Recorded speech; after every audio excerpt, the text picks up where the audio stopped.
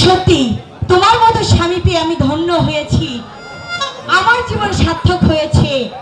বাবা ঠিকই বলেছিল, হাজারেও তোমার মতো একটা ছেলেও মেলে না। আমি ভাবছি তুমি কোটিপতির মেয়ে, তোমাকে আমি সুখে রাখতে পারবো কিনা।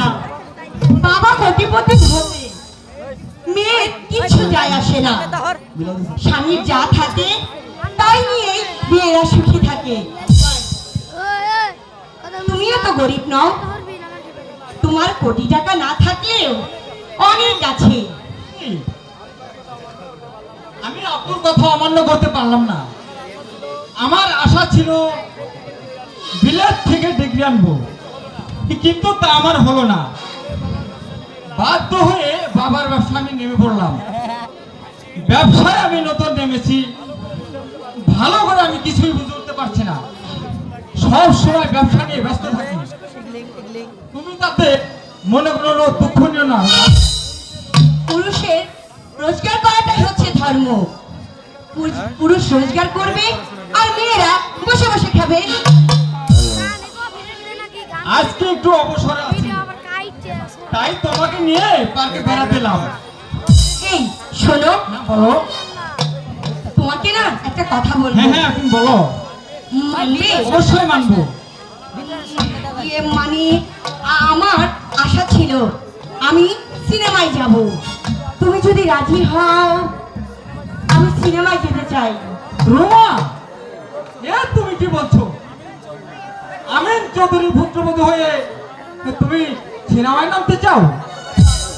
এ কথা যা তুমি আমার কাছে বললে, বাবা যদি কথা জানতে পারে আমাকে ত্যায্য পুত্র করবে।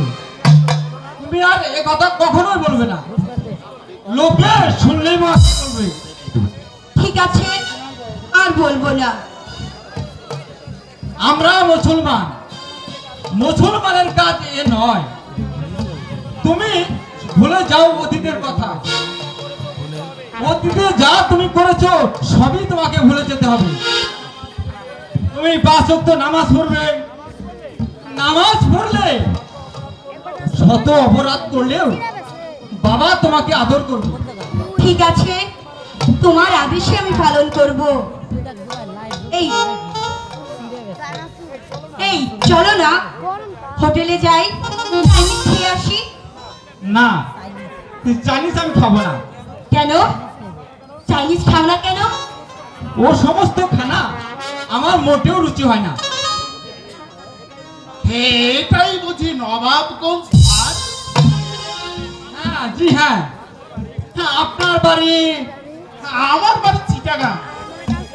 কোথায় এসেছে? আপনাদের উত্তরবঙ্গে বেড়াতে এসেছি। ছোটবেলা থেকে উত্তরবঙ্গের গল্প শুনেছি। নবাবগঞ্জের আম খাই, রাজশাহীর লিচু, দিনাজপুরের কুল। আপনি তাহলে কি করেন? বাবার মিল কারখানা দেখাশোনা করি। কিসের মিল? স্টিল মিল আর চট মিল দুটো। আপনারা তাহলে অনেক বিরাট বড় লোক। এই খোদা সুখেই রেখেছে।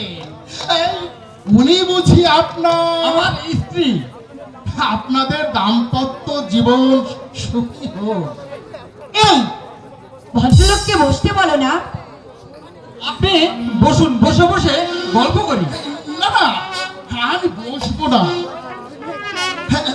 আপনি একটু আমার সঙ্গে থেকে এই গ্রামটা একটু ঘুরে দেখান না। হ্যাঁ ঠিক আছে, চলুন তাহলে। হ্যাঁ ঠিক আছে, তাই চলো।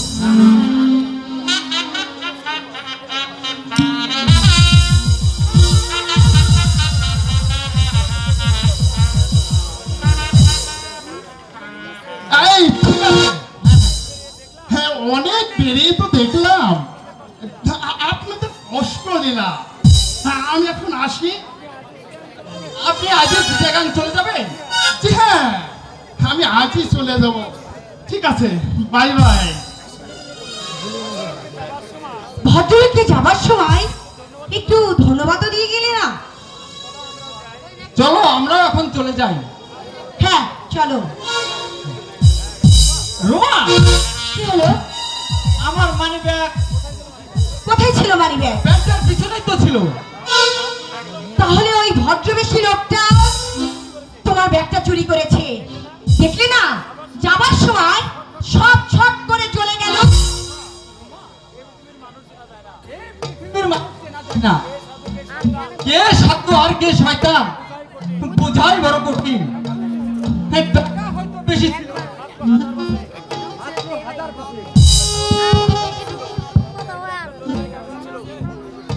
কিন্তু একটা জমির কাগজ ছিল। এখন কি করা যায়? আচ্ছা চলো থানায় যাই, টেলিফোন করে জানিয়ে দিব। বাবু, বাবু, বাবু গো, আমার আমার কিছু পয়সা দাও বাবু। আর 4 দিন, আজ 4 দিন আমি কিছু খাই না বাবু। মাফ করো বাবা, আমার মানি ব্যাগ চুরি হয়ে গেছে, তাই তোমাকে আমি কিছু দিতে পারলাম না। ও মেহেরবান খোদা, আমি আমি কি তাহলে না খেয়ে মারা যাব? বড় আশা করে আমি আমি তোমাদের কাছে এসেছি মা। মা, মা গো, তুমি তুমি আমাকে কিছু খেতে দাও মা। এই পৃথিবীর মানুষগুলোকে চেনা যায় না। রোমা, খোদা, এই এই কি আমার মাকে লেগেছিল? কি ছিলাম আর আজ আমি কি হয়েছি? এই কি তোমার খেলা মেহেরবান? রোমা, তুমি তাকে কিছু দিতে পারবে না, তুমি নিষেধ করতে। ঠিক কেন কেন তুমি তাকে আঘাত করলে? তুমি তার কাছে মাপ চেয়ে নাও। তোদের কাছে আমি কখনোই মাপ চাইবো না।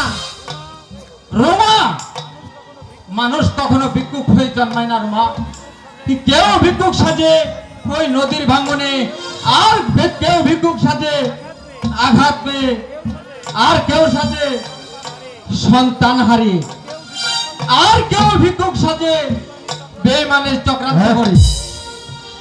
হ্যাঁ হ্যাঁ বাবা, তুমি তুমি ঠিক বলেছো বাবা। তোমার বাড়ি কোথায় বাবা? হ্যাঁ, কি তোমার নাম? কি তোমার বংশ পরিচয়?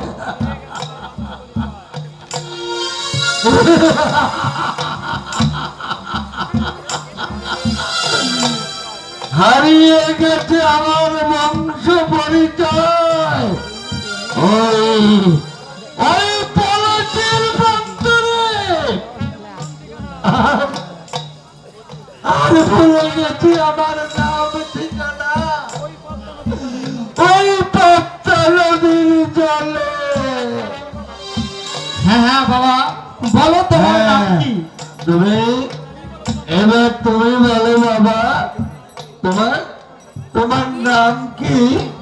আমার নাম রাশেদ চৌধুরী।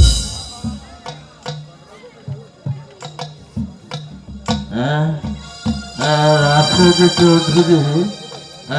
আচ্ছা বাবা, তোমার তোমার বাবার নাম কি বাবা?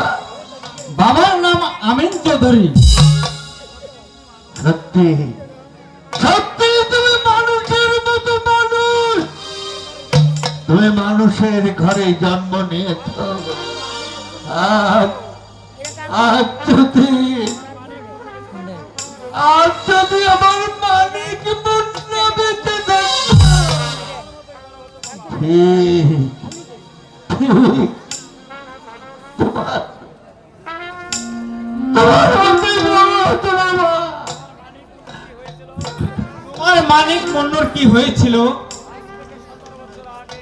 আজ থেকে 17 বছর আগে আমার মালিক বন্যকে আমি গঙ্গার জলে ডুবিয়ে মেরেছি। ডুবিয়ে মেরেছে? কে মেরেছে তোমার মানিক মুন্নুকে? ওই ওই শয়তান জাহিদ খান আমার স্ত্রী পুত্রকে হত্যা করে আমার 80 লক্ষ টাকা চেঁচে নিয়ে নিয়েছে।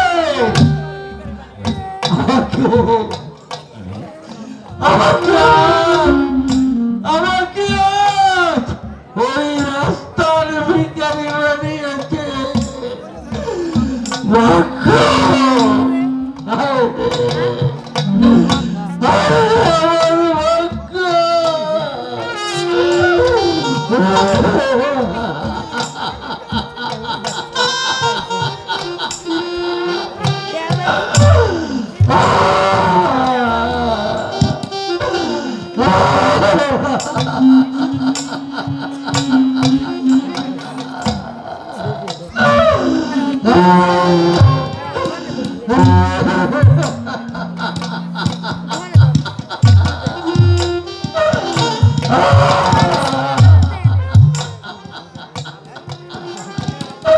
শুনলে মা,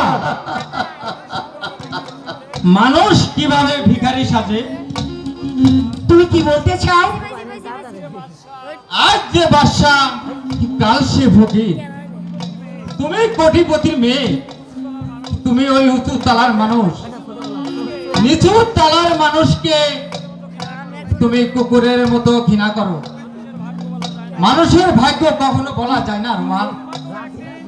তোমাকে একদিন ভিক্ষার ঝুলি কাঁধে নিতে হবে। রাশিদ, তুমি ভুলে যাও অহংকার।